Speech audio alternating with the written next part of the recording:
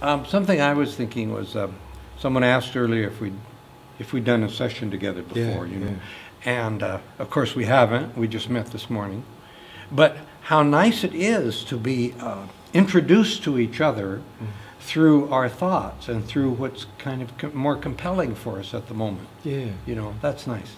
I think it is too, Geoff. I found you very easy to say hello to, and I think that the CFOD actually chose us in this order and this because there would be relational aspects to us, and I found you very easy to contact. Good. And we started talking about Myers-Briggs and that we're both J's on the Myers-Briggs. Yeah. It's good for that point of contact, I think. And then I noticed you needed to go off quietly and do that bit of preparation, which I respected. But we made pretty easy contact right from the beginning. And I think, I mean, really, so far, it's been a great conference, thanks to us. Yeah.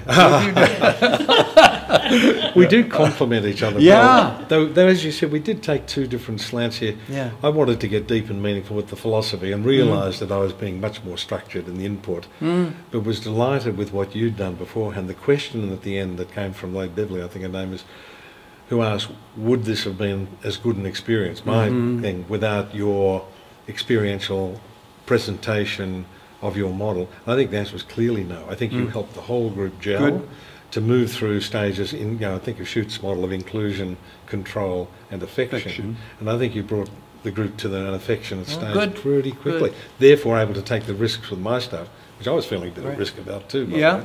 So you did, it did give you, I'd support that. It did give you a sense of where the group was, and the group was formed a bit, and just as if the roles had been reversed or the order had been reversed, I would I would build on where you where you brought the group to, you know.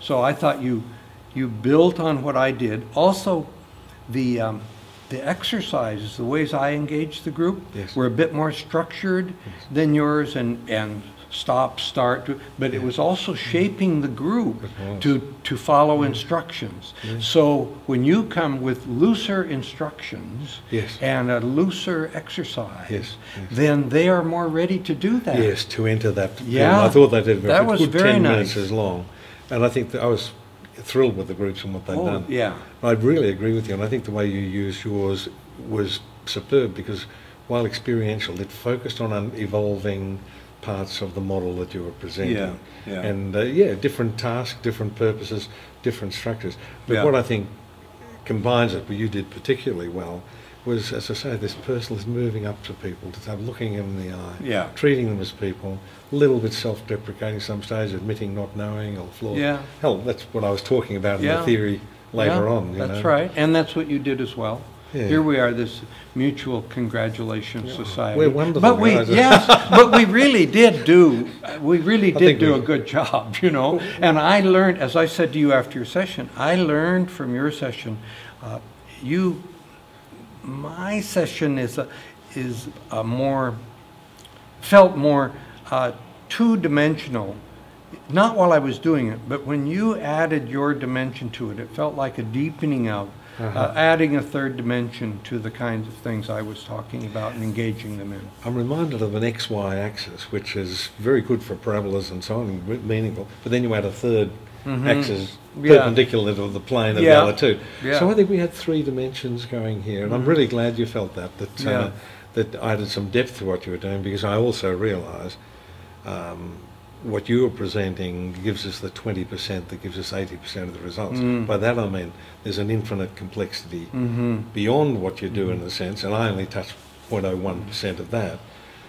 But it was really valuable what you did. I mean, I found myself, I picked up on the world thing. What is the nature of the world and reality? And as you can see, I'm worried about my own uncertainty in the face of complexity. And that was a nice little point of marginal irritation for me, that I wanted to make sure that this idea of the world, or reality as you put it, and I realise you're not putting it simplistically, but it can be taken as something we can get to easily.